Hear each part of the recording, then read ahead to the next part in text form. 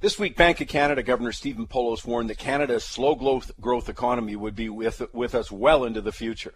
And on Wednesday, the Organization of Economic Cooperation and Development reduced Canada's growth outlook along with the rest of the world.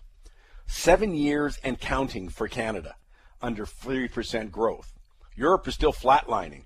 The U.S. growth story is highly suspect given things like the Department of Labor's admission that 150,000 fewer jobs were created in the 12 months leading into March than they originally reported. So what's the message? The one that seems to escape the commentariat and the one that most of us in the public don't know. Well, in a nutshell, it's that the political class doesn't know what's going on economically. Their formula, record low interest rates, devaluation of the loonie in Canada, now a new infrastructure program supported by really most bank economists, others in the financial industry, including the Bank of Canada. That's the formula we're told would bring growth back. Well, we're still waiting. And Stephen Poloz just confirmed what we've been saying on Money Talks for years. That formula hasn't worked, and my bet is it will continue not to work regardless of who's in power. And that scares the heck out of me, by the way, that they don't even give any indication that they understand what's really going on. They didn't recognize the inflation globally. I mean, it took them about 3 years. Central banks were on it, but certainly politicians don't know. It's part and parcel of the nonsense that was continually repeated in the last election, and you'll recognize it. We were told relentlessly in the media that we are voting for someone to control and manage the economy. I mean, my goodness, that was grade A horse manure. People who can't tell the difference between economic and politics are going to have real trouble with this. They'll probably also have trouble when the economy continues this slow growth for another 8, 9, 10, into year 10. At some point, you got to look at the track record. I mean, let's start with Europe, the darling of Canada's progressive left. Although you notice they don't talk too much about it anymore. Despite bigger and bigger government, unprecedented central bank action in Europe, a falling euro against the U.S. dollar, and too many subsidies to count, they still have an economy on life support, double-digit unemployment, much higher among young people, and a growing debt problem.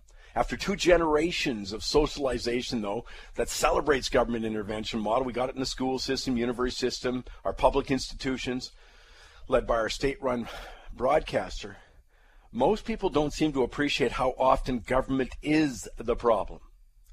I mean, don't go any further than if you look in Europe, 170,000 growth-stifling bureaucrats in the European Union. Now, you got to lay them on top of what's the bureaucrats in Germany or France or Italy. They got their own bureaucracies. Come on, that is not a recipe for success. Look at the economic promises made by Hillary, I'll say anything to get elected Clinton, and Donald, the pandering xenophobe Trump. Both should be running on a slogan that says, "Make America weaker still." In Canada, for 7 years, it's a promise of, just wait till next year. Yeah, we're going to downgrade you this year, but wait till next year. Our goal is mediocre growth, and we're not there yet. It's just not happening.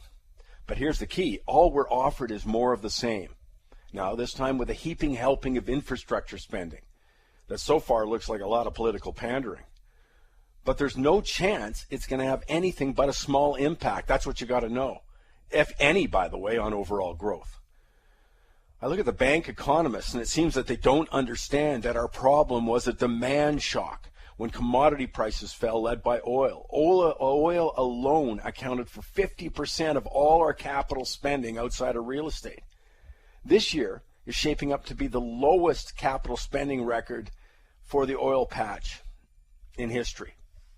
Infrastructure spending is far more effective when there's a supply shock, but we don't have a supply shock, we got a demand shock, which is why the impact of infrastructure spending is going to be minor. But unfortunately, it's all the politicians or the OECD or the IMF have in their toolbox, so that's what gets offered. And the other problem is that politicians have to be seen to do something. The vast majority of voters demand it. It's part of that mindset. Let Big Daddy come in and fix things. I'm going to keep repeating, because you hear it so few other times in the media, that the focus shouldn't just be on one level of government in Canada. It's got to be on all 3 levels. One special level might be doing it well in a particular region, but you got to look at the combination.